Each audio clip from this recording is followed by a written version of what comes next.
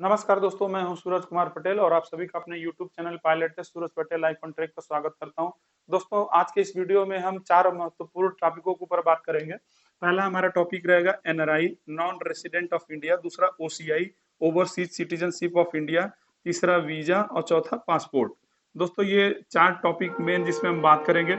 इसके अलावा अगर हमारा टाइम बचेगा तो भारतीय संविधान के भाग 2 में अनुच्छेद 5 से 11 के ऊपर हम इन ब्रीफ चर्चा कर लेंगे। दोस्तों, सबसे पहले बात करते हैं NRI, non resident of India. दोस्तों, एनआरआई क्या होते हैं? दोस्तों, एनआरआई हुए भारतीय नागरिक होते हैं जो वर्तमान समय में भारत में नहीं है, किंतु वो 6 महीने से ज्यादा विदेश में या तो पढ़ाई करने के लिए या तो नौकरी के लिए वो देश से बाहर गए हुए होते हैं। ऐसे लोगों को एनआरआई बोला जाता है। अब एनआरआई अधिक होने से क्या समस्या? देखिए, एनआरआई होना कोई प्रॉब्लम नहीं है। एनआरआई होने से तो देश के विकास में योगदान ही होता है, क्योंकि आप विदेशों का पैसा आप भारत में भेजते हैं। इससे क्या होता है? देखिए, जब देश के अंदर पैसों का चलन होता है उससे रोजगार बढ़ता है, लेकिन जब विदेशी पैसा देश के अंदर आता है तो उससे रोजगार के साथ साथ भारतीय मूल्य, भारतीय करेंसी का भी वैल्यूएशन होता है, उसका वैल्यू बढ़ता है। तो इसलिए फॉरेन डिपॉजिट जितना ज्यादा हो उतना ही उस देश का विकास सुनिश्चित होता है। तो दोस्तों, एनआरआई होने में कोई समस्या नहीं थी, लेकिन प्रॉब्लम क्या हुआ? जैसे मान लीजिए सुंदर पिचाई की बात करते हैं, जो गूगल के सीईओ हैं। इन्होंने अपना पूरा एकेडमिक भारत से किया, यहाँ पे टेक्निकल एजुकेशन लिया उन्होंने, फिर अपने नॉलेज को इन्होंने यहाँ के एकेडमिक से उन्होंने अपना नॉलेज और टेक्निकल स्किल दोनों यहीं पे उन्होंने ग्रहण किया। बाद में जब वो समय आया, जब वो इस देश के विकास में अपना योगदान देने की बारी आई, तो वो अमेरिका चले गए। अमेरिका जाने में उन्होंने इनिशियली तो एनआरआई थे, 6 महीने ज्यादा नौकरी के लिए गए। बाद में अमेरिका को लगा कि इनसे हमारे देश को फायदा है, तो उन्होंने अमेरिकन सिटीजनशिप उनको दे दिया, अमेरिका की नागरिकता दे दी। भारत के जो भाग 2 में आर्टिकल नंबर हमारा 9 है, उसमें ये बोला गया है कि अगर कोई भी भारतीय विदेशी नागरिकता ग्रहण करता है तो उसकी भारतीय नागरिकता कैंसिल हो जाएगी। तो इस हिसाब से तो उनकी भारतीय नागरिकता कैंसिल हो गई, लेकिन वो अमेरिकन सिटीजनशिप उन्होंने एक्सेप्ट कर लिया। तो अब उनके नॉलेज का या जो भी टेक्निकल स्किल का योगदान या फायदा होगा वो किसको होगा? अमेरिका को होगा। तो ऐसे करके ये जो ब्रेन ड्रेन, इंग्लिश में एक शब्द है ब्रेन ड्रेन, तो भारत में ये ब्रेन ड्रेन ज्यादा होने लगा। इसी को रोकने के लिए एक नया सिटीजनशिप आया, उसको बोला गया ओवरसीज सिटीजनशिप ऑफ इंडिया। इसमें क्या हुआ दोस्तों? ये 2005 में आया। 2005 में लक्ष्मीमल सिंधवी समिति द्वारा इसको लाया गया, और इसमें यह बोला गया कि कोई भी ऐसा नागरिक जो विदेशी नागरिकता ग्रहण कर चुका है, उसे भारत में आने के लिए वीजा की जरूरत नहीं होगी। ऐसा क्यों किया गया? दोस्तों, वीजा क्या होता है? वीजा और पासपोर्ट को समझ लेते हैं, फिर इसके ऊपर बात करते हैं। दोस्तों, वीजा क्या होता है?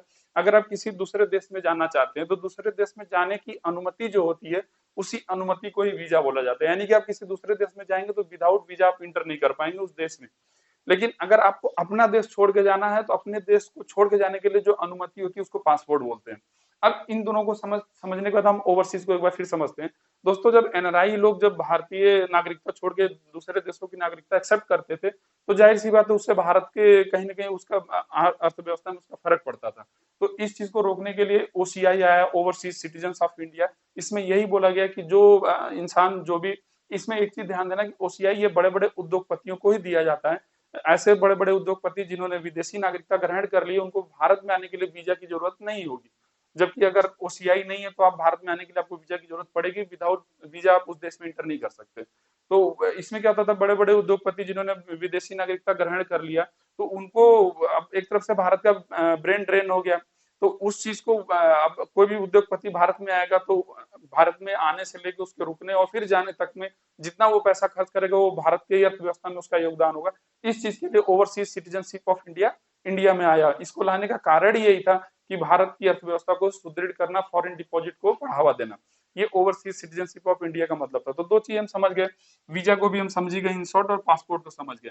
दोस्तों, अब बात कर लेते हैं भारतीय संविधान के भाग 2 में जो नागरिकता के बारे में बात किया गया है। नागरिकता के बारे में यहाँ पे 6-7 अनुच्छेद हैं। 7 के 5 से 11 टोटल जितने भी अनुच्छेद है वो नागरिकता से संबंधित हैं। एक एक करके हम बात कर लेते हैं। 5, 6, 7, 8, 9, 10 और 11। दोस्तों, अनुच्छेद 5 में ये बोला गया है कि जब प्रारंभ में जब संविधान बना तो उस समय भारत के अंदर में जितने भी लोग थे उनको सबको नागरिकता दे दी गई।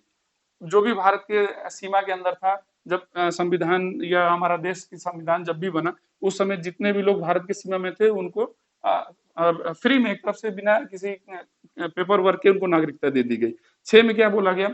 आजादी के बाद जो लोग पाकिस्तान से, सपोज पाकिस्तान भारत जब अलग हुआ तो पाकिस्तान में जो लोग रहते थे उनको लगा कि इस देश में हमारे लिए रहना सही नहीं है, और वो अपनी इच्छा से भारत में आके रहना चाहते थे, उनको भारतीय नागरिकता चाहिए थी। तो वो जो लोग जो पाकिस्तान से भारत के लिए आए और भारतीय नागरिकता के लिए वो आने के लिए उत्सुक हुए, तो संविधान बनने से पहले अगर वो आ गए तो उनको बिना किसी पेपर वर्क के, बिना किसी कठिनाई के उनको भारतीय नागरिकता दे दी गई। लेकिन अगर वो संविधान बनने के बाद आए तो उस समय एक परमिट रूल आया, परमिट रूल ये आया था 19 जुलाई 1948 को।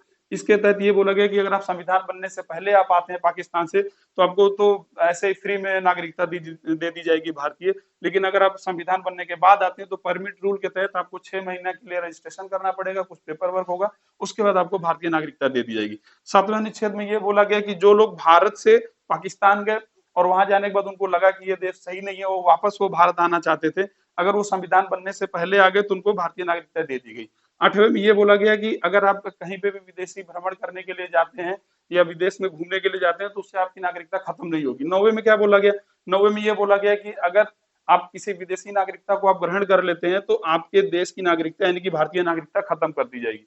10वें में क्या बोला गया दोस्तों, 10वें में ये बोला गया दोस्तों कि अगर आप कोई भी, आपकी भारतीय नागरिकता तब तक बनी रहेगी जब तक आप कोई भी देश विरोधी गतिविधियों में लिप्त नहीं होते हैं, तब तक आपकी भारतीय नागरिकता बनी रहेगी। जिस दिन आप देशद्रोही गतिविधियों में आप शामिल होंगे आपकी नागरिकता खत्म कर दी जाएगी। और 11वें अनुच्छेद में ये बोला गया है कि नागरिकता संबंधित जो भी कानून बनेगा वो संसद बनाएगा और इसके लिए किसको जिम्मेदारी संसद ने सौंपा है, गृह मंत्रालय को। गृह मंत्रालय का काम है नागरिकता से संबंधित जो भी कार्यभार होगा वो गृह मंत्रालय के अंतर्गत आएगा। तो दोस्तों इन शॉर्ट हम लोगों ने इसको समझ लिया। अभी भी बहुत सी चीजें समझना बाकी है, जैसे CAA सिटीजनशिप अमेंडमेंट एक्ट 2019 में जो आया, फिर उसके बाद NRC को समझना जरूरी है, उसके बाद NPR को। तो हम आगे की वीडियो में इन पे ज्यादा बात करेंगे क्योंकि ये अपने आप में ये एक बड़ा टॉपिक है, इसमें ज्यादा टाइम लगेगा। तो इस फिलहाल इस वीडियो में हम इतना ही रखते हैं, मिलते हैं अगले वीडियो में, तब तक के लिए धन्यवाद।